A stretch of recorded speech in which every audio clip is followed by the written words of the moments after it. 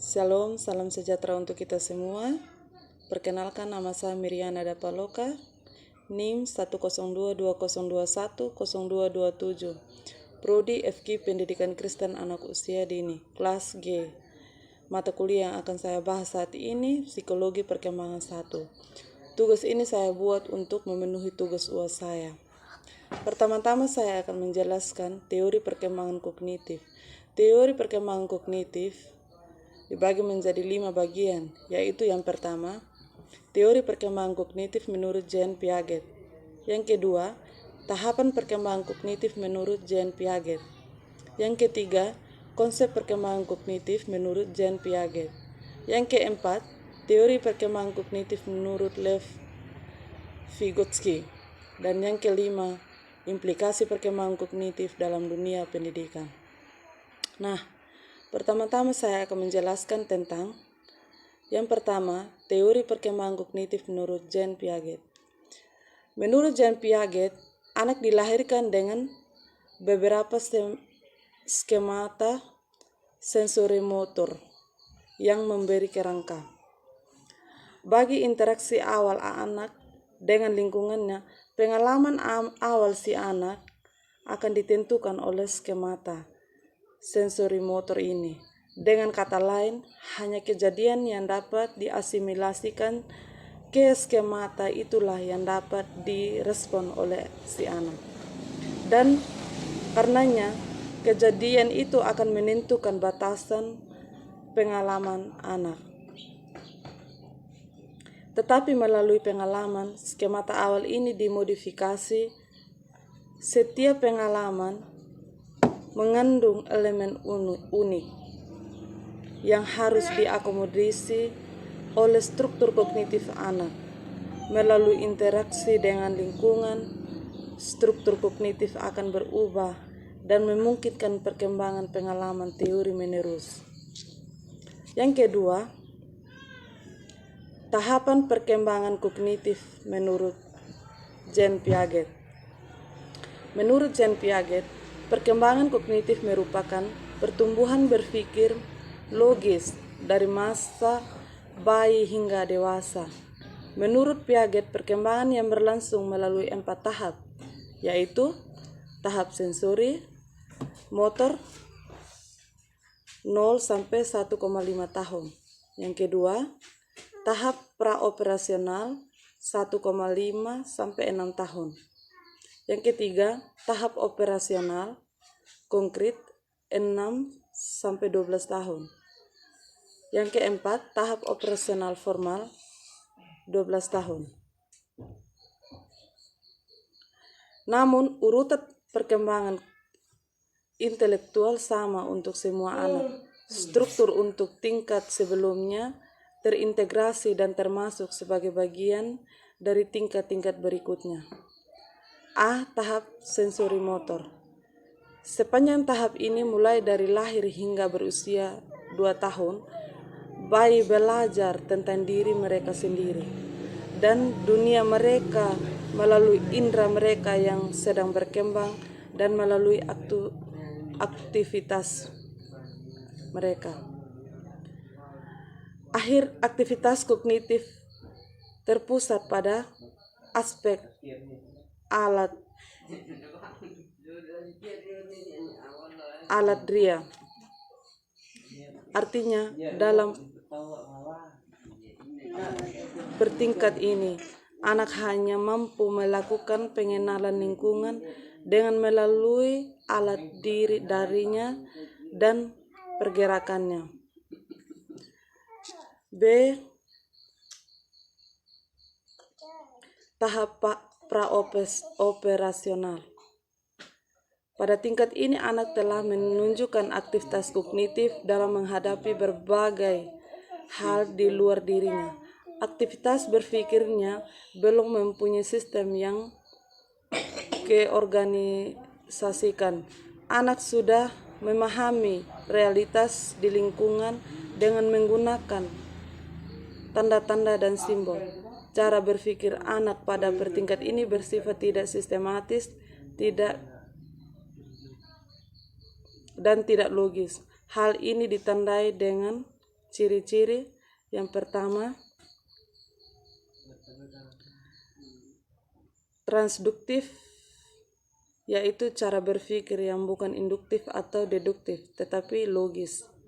Yang kedua, ketidakjelasan hubungan sebab akibat, yaitu anak mengenal hubungan sebab akibat secara tidak logis. Yang ketiga, animisme, yaitu menganggap bahwa semua benda itu hidup seperti dirinya. Yang ketiga,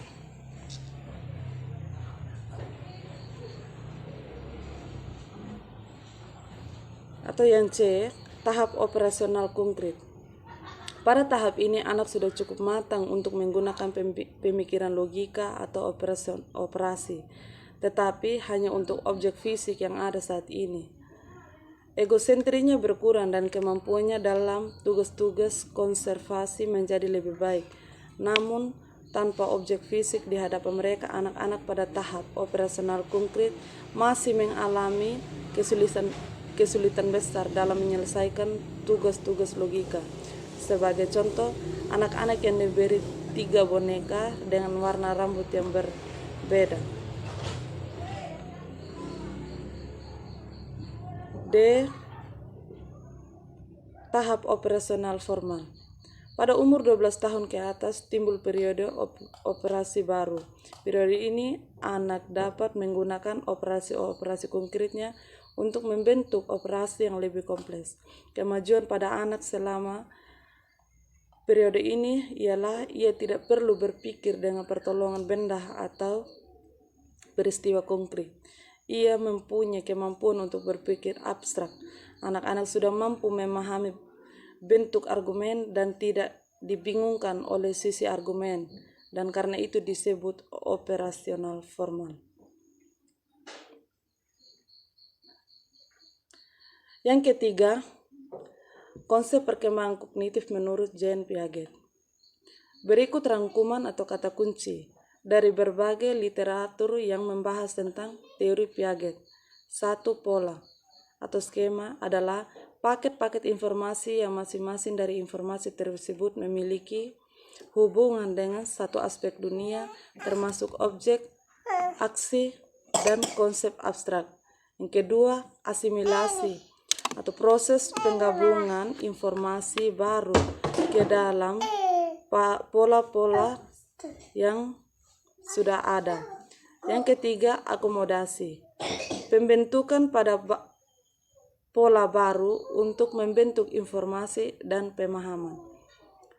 Yang keempat, operasi adalah penggambaran mental tentang aturan-aturan yang terkait dengan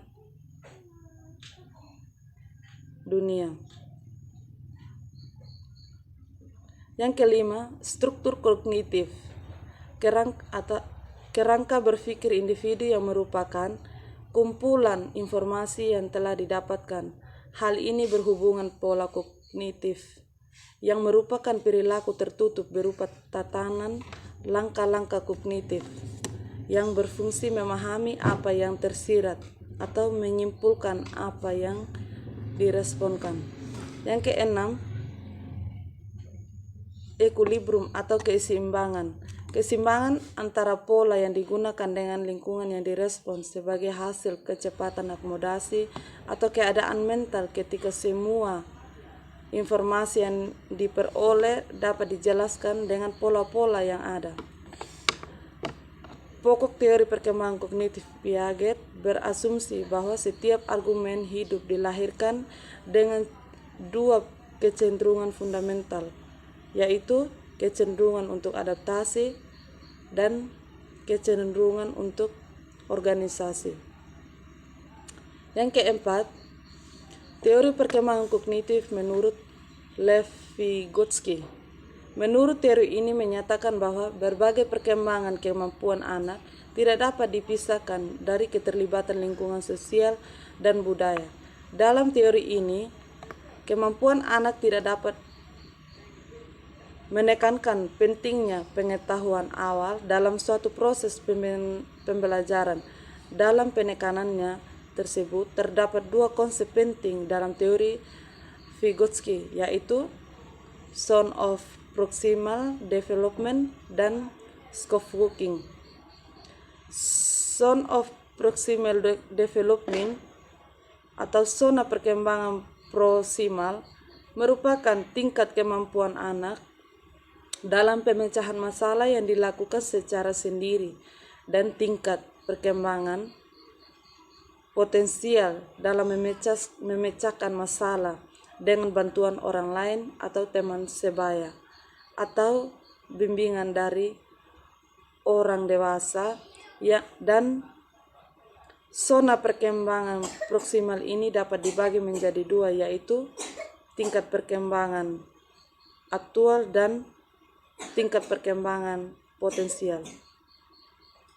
Kedua zona perkembangan aktual dapat diartikan dengan kemampuan seseorang dalam menyelesaikan masalah atau tugas-tugasnya yang dilakukan secara sendiri. Potensial di mana seseorang dengan permasalahan dan tugas-tugasnya dibantu oleh orang lain dalam menyelesaikan pendekatan perkembangan kognitif. Lev Vygotsky tidak mengenal adanya tahapan-tahapan perkembangan sebagaimana yang ditampilkan pada Piaget. Ia lebih menekankan pentingnya faktor lingkungan sosial di mana peserta didik berinteraksi. Ada 3 asumsi yang diklaim Vygotsky, yaitu yang pertama, keahlian kognitif peserta didik dapat dipahami apabila dianalisa dan diinterpretasikan secara developmentasi. Yang kedua, kemampuan kognitif dimediasi dengan kata, bahasa, dan bentuk diskursus yang berfungsi sebagai alat psikologis untuk membantu dan mentransformasikan aktivitas mental.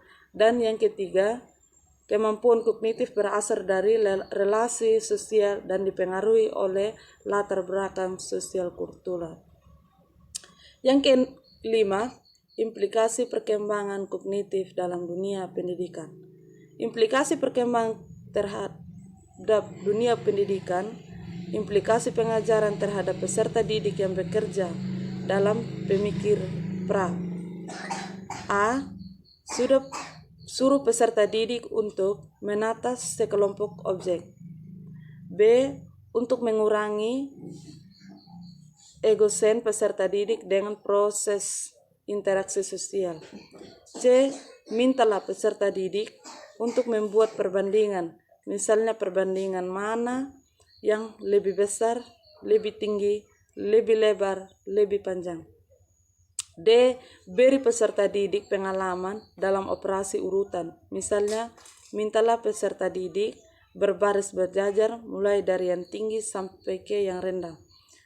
E. Suruh peserta didik menggambar pemandangan dengan perspektif mereka, tidak melukis gambar. Objek-objek dilukiskan mereka berada di tempat yang sama seperti yang mereka lihat.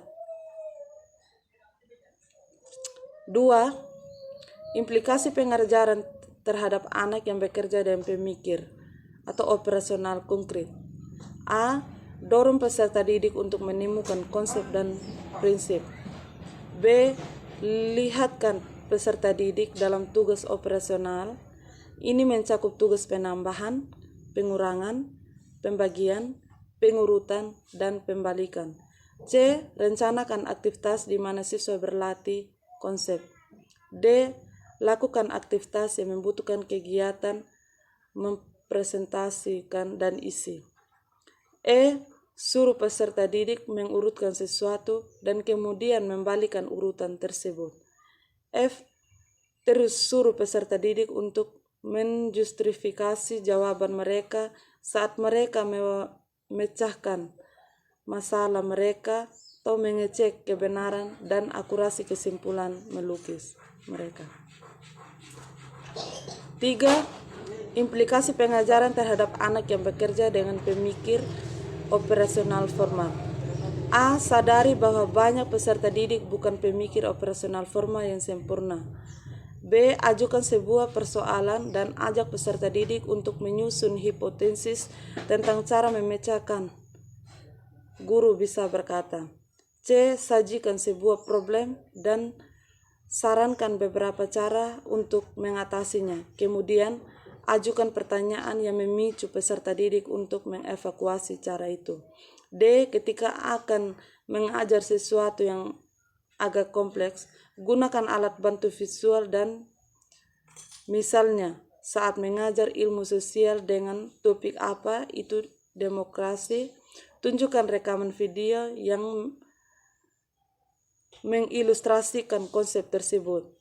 E. Suruh peserta didik untuk melakukan kesimpulan mereka yang terdahulukan. F. Buat semacam proyek dan interfikasikan untuk dilaksanakan oleh peserta didik secara periode. G.